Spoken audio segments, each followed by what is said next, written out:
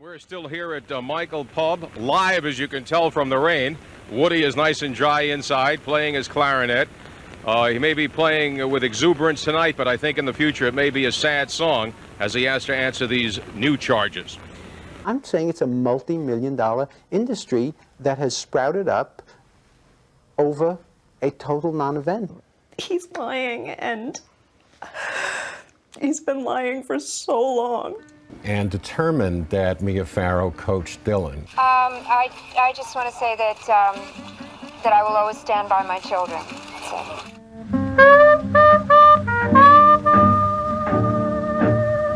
When you hear somebody say that they were molested as a child, unless you're some kind of sociopath, the first thing you want to do is listen, and you're inclined to believe them. That doesn't make every allegation true, though. Before I'm willing to call somebody a child molester, I also need to learn at least the basics about the story, and whether or not there's a good reason to believe that they're guilty. The story of what Woody Allen is accused of doing to Dylan Farrow has at this point had 28 years of conflicting accounts and bad journalism to muddy the waters, but the actual event at the story's center is really fairly simple, with an abundance of witnesses that can tell us about what happened in the house that day, and it's not nearly as gray and unknowable as some people seem to think that it is. As crazy as it might seem, I see people every day willing to call Woody Allen a child molester or a rapist who, when pressed, don't even know what exactly it was that he was accused of doing. The thing is that once you nail down the specifics of what is alleged to have happened that day, you can see that it's virtually impossible for the assault to have even taken place. People are unwilling or unable to sort through 3 decades of trivia on this, so they're willing to decide the issue based on seeing one interview or reading an article or two. Eventually I'll get into the long winding family saga, but the first thing I want to do is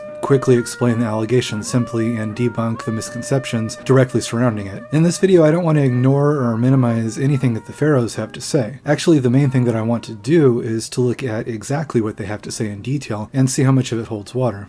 Only on CBS This Morning, Dylan Farrow addresses the alleged sexual abuse by her father, actor and director Woody Allen. Let's go to August 4th, 1992. And if you could tell us what happened that day. I was taken to a small attic crawl space in my mother's country house in Connecticut by my father. He instructed me to lay down on my stomach and play with my brother's toy train that was set up. And he sat behind me in the doorway. And as I played with the toy train, I was sexually assaulted.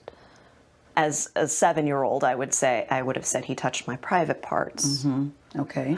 Okay. Which I did say. All right. As a 32-year-old, he touched my labia and my vulva with his finger. Even as somebody who thinks that Woody is innocent, Dylan's interview is still hard for me to watch. You still want to believe her. But of course it's more complicated than that. Virtually every single detail of this account has changed over the years. At one point it was said to have happened in the TV room, then on the stairs up to the attic, and the exact details of what Allen is supposed to have done to Dylan have all changed. With Dylan at several points saying that nothing had happened or that Allen had touched her shoulder, and at other times Dylan and Mia alternating between describing inappropriate touching or digital penetration. I'm not in any way suggesting that one type of sexual assault isn't serious, but for the sake of clarity, since I see people online routinely describing Allen as a rapist, by any relevant legal definition of the word, in no version of the story has he ever been accused of raping Dylan. The problem with it is that, on the face of things, the accusation itself is fairly ridiculous. Look, be logical about this. I'm 57.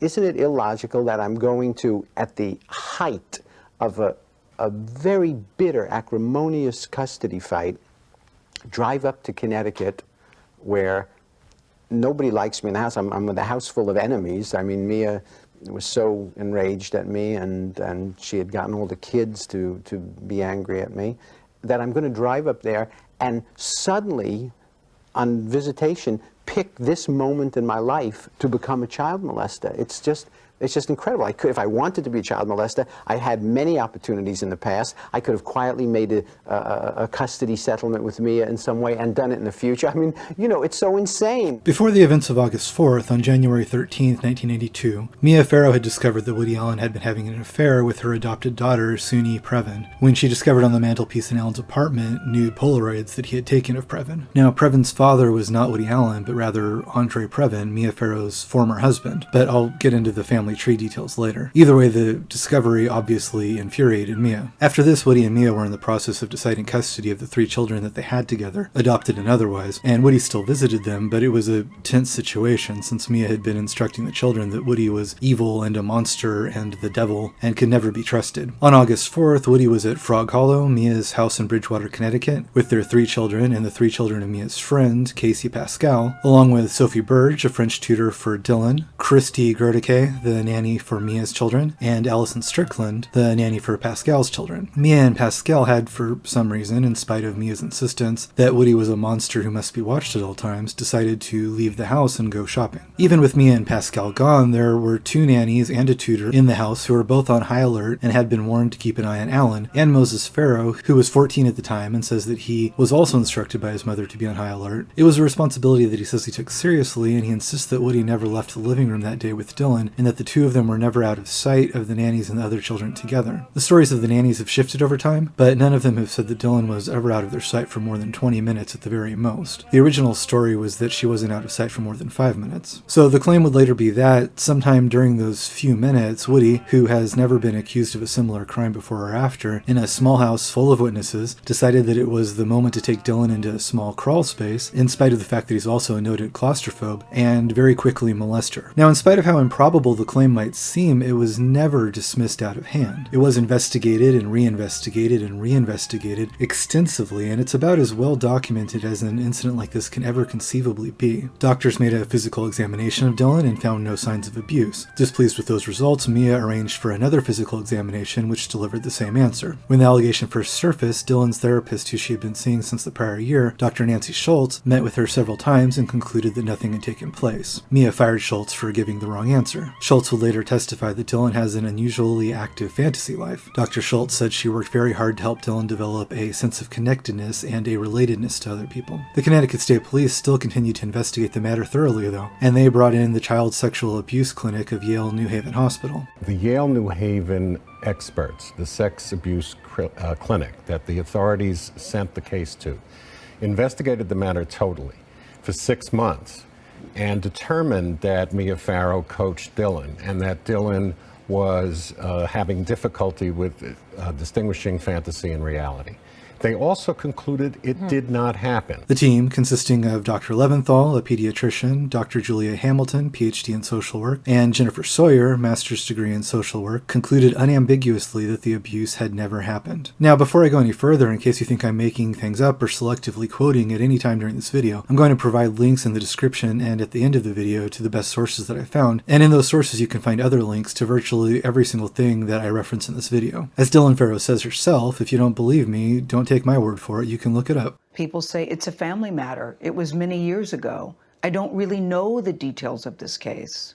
So find out. I mean, it's really, like I said, it's so easy in this day and age.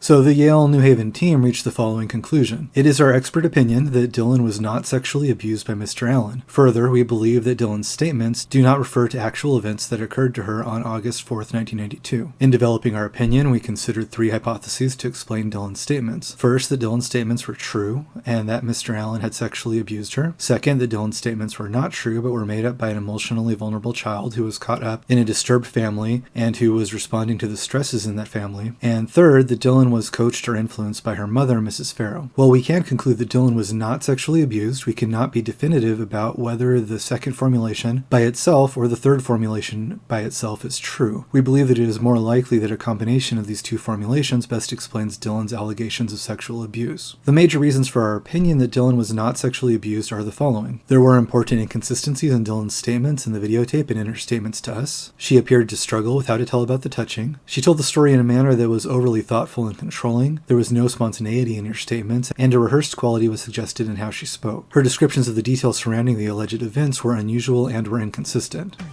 Experts at Yale New Haven Hospital back Woody Allen's claims that he did not sexually abuse his adopted daughter, Dylan. Good evening. The filmmaker says the report out today supports what he said all along, that he did not molest his adopted daughter, Dylan. Allen also says the report recommends that Mia Farrow seek psychiatric help. Dr. Leventhal said that one reason he doubted her story was that she changed important points from one interview to another, like whether Allen had touched her vagina. At one point, he said that she told him, quote, "I like to cheat on my stories." Now again, this team was working for the prosecutors and brought in by the state's attorney. They were not working for Woody or his legal team. They had a vested interest in catching the perpetrator if a crime had been committed, not in letting him go. After this investigation, there was a second investigation done by the New York State Department of Social Services, the New York Child Welfare Office, which investigated it for 14 months, and was yet another group that said that the abuse never happened. Their conclusion was that, to quote, that no credible evidence was found that the child named in this report has been abused or maltreated. This report has, therefore, been considered unfounded. Now, none of these investigations were inconclusive or ambiguous. They all reached an identical conclusion and stated clearly that the abuse never took place. Not to mention that the story was investigated 2 further times in 2 separate states years later when Woody would adopt 2 more children, and both times the judge involved found no reason to not allow him to adopt, which they obviously would not have done if they had any reason to believe that he was a child molester. So if you've ever wondered why Woody Allen's career went on after the allegation, why he wasn't convicted of any crime, and why people are still willing to work with him, that is your answer right there. By any reasonable burden of proof or standard of evidence, the allegation against Woody was disproven at least twice over, nearly 30 years ago. Even without any of that, common sense should tell you that the story is virtually impossible to begin with, so it's not any mystery why the investigations all arrived at this conclusion. The legal case, there is no legal case. It's over. The fact that Dylan is free in this country to say whatever she wants, nobody's going to be able to stop her, and we can't stop people from believing what they want to believe. The fact of the matter is that she got, and Mia Farrow got, the best process that you could ask for when you have an allegation of child abuse. She went to the authorities. The authorities treated it seriously. They retained, as an expert group, the best group in the country to make a determination. They determined that the molestation did not occur. That is the end of the case. There is no case. People can continue to talk about it, and it can be headlines in the tabloids, but the fact of the matter is there is no case, and there was no case.